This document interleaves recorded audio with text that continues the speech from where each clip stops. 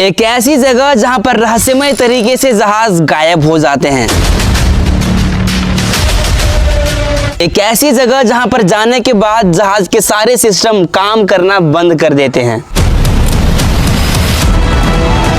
और आप यकीन मानिए दोस्तों कि उस एरिया में जहाज ऐसे गायब होते हैं कि कोई उन्हें फाइंड आउट भी नहीं कर पाता और ना ही जहाज के लापता होने के बाद उनका मलबा ही मिल पाता है। यानी पता ही नहीं चलता है कि उन्हें जमीन खा गया या फिर आसमान निगल गया।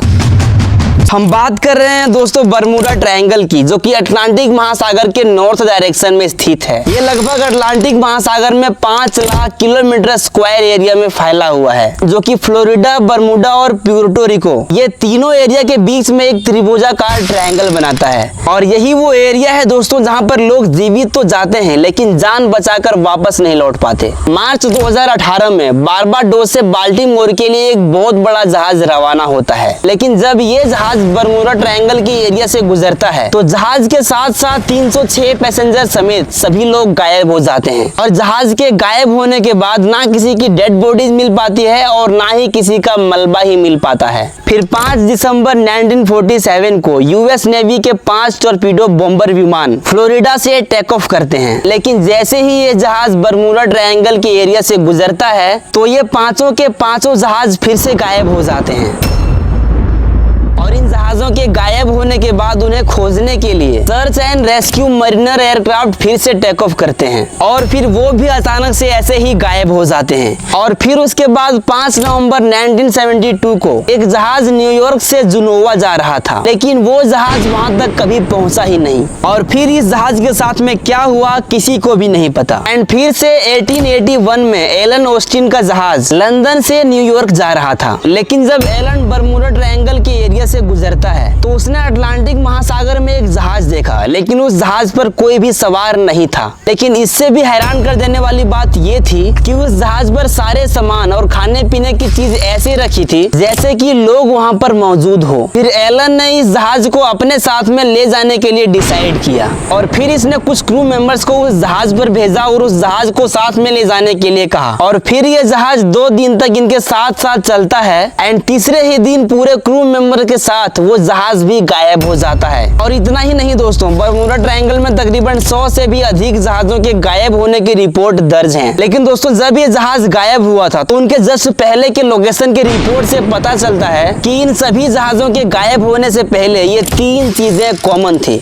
और वो पहला कॉमन था दोस्तों अचानक से कंपास का काम ना करना, दूसरा था मौसम खराब हो जाना और तीसरा था जहाज की स्पीड अचानक से तेज हो जाना। लेकिन अब सवाल ये उठता है दोस्तों कि आखिर कौन सी शक्ति है इस बरमूडा ट्रायंगल में जिनके बारे में रिसर्च करने में वैज्ञानिकों के भी पसीने छूट गए हैं। क्या यह प्रकृति का कोई कहर है या फिर सचमुच में बरमूडा ट्रायंगल में कोई सुपर नेचुरल पावर है?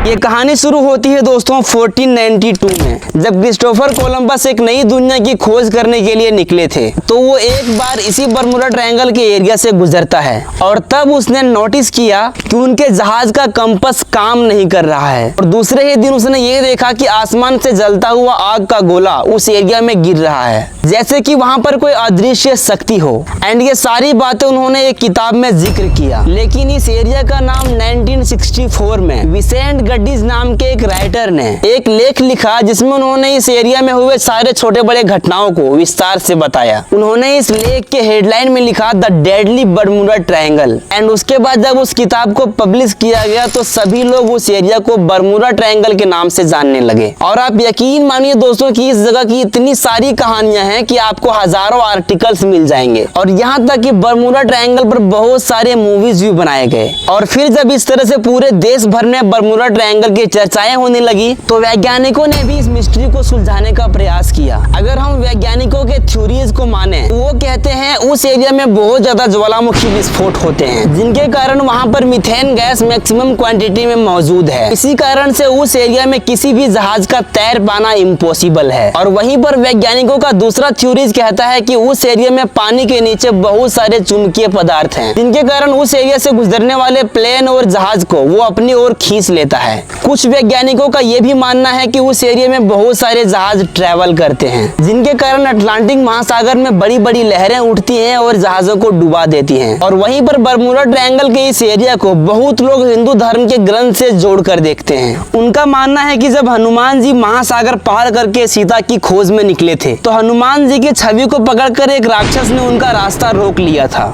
और शायद वही शक्ति अब तक वहां पर मौजूद है। और वहीं पर बरमूडा ट्रायंगल के इस एरिया में कुछ वैज्ञानिकों का मानना है कि यहाँ पर एलियंस का एक खुफिया अड्डा है, और कुछ अदर कंट्रीज का ये भी मानना है कि ये सारी की सारी खबरें झूठी हैं, और उस एरिया को एक खतरनाक जगह बताकर एक खुफिया मिशन का वे लोग अंजाम देते हैं। लेकिन ये बातें सिर्फ एक परिकल्पना ही है, क्योंकि इसके बारे में कोई भी अभी तक पुष्टि नहीं की गई है। लेकिन अब सवाल ये उठता है कि अगर वैज्ञानिकों के सारे थ्योरी सच हैं, तो फिर अभी तक किसी भी जहाज का मलबा या फिर किसी भी व्यक्ति का डेड बॉडी क्यों नहीं मिला है? दोस्तों, ये सब ऐसे प्रश्न हैं जिनका जवाब वैज्ञानिकों के पास भी नहीं है। लेकिन एक्चुअल में रिसेंट टाइम में बरमूडा ट्रायंगल में ऐसे घटनाएं होना बिल्कुल कम हो चुकी है, क्योंकि पहले के जहाजों से अभी के जहाजों में रडार, सोनार और कंपास जैसे सिस्टम हैवी और स्टैंडर्ड लेवल के लगाए जाते हैं। लेकिन फिर भी आज तक मैक्सिमम लोग इस जगह को एक रहस्यमय तरीके से देखते हैं। वैसे दोस्तों, आपको क्या लगता है, क्या रियलिटी में बरमूडा ट्रायंगल में कोई ऐसी हिडन पावर है? कमेंट में बताइए, और अगर आप चैनल पर नए हो तो चैनल को भी सब्सक्राइब कर लीजिए, और ऐसे ही वीडियो को और देखने के लिए यहाँ पे क्लिक कीजिए और जाके देखिए। बहुत बहुत धन्यवाद।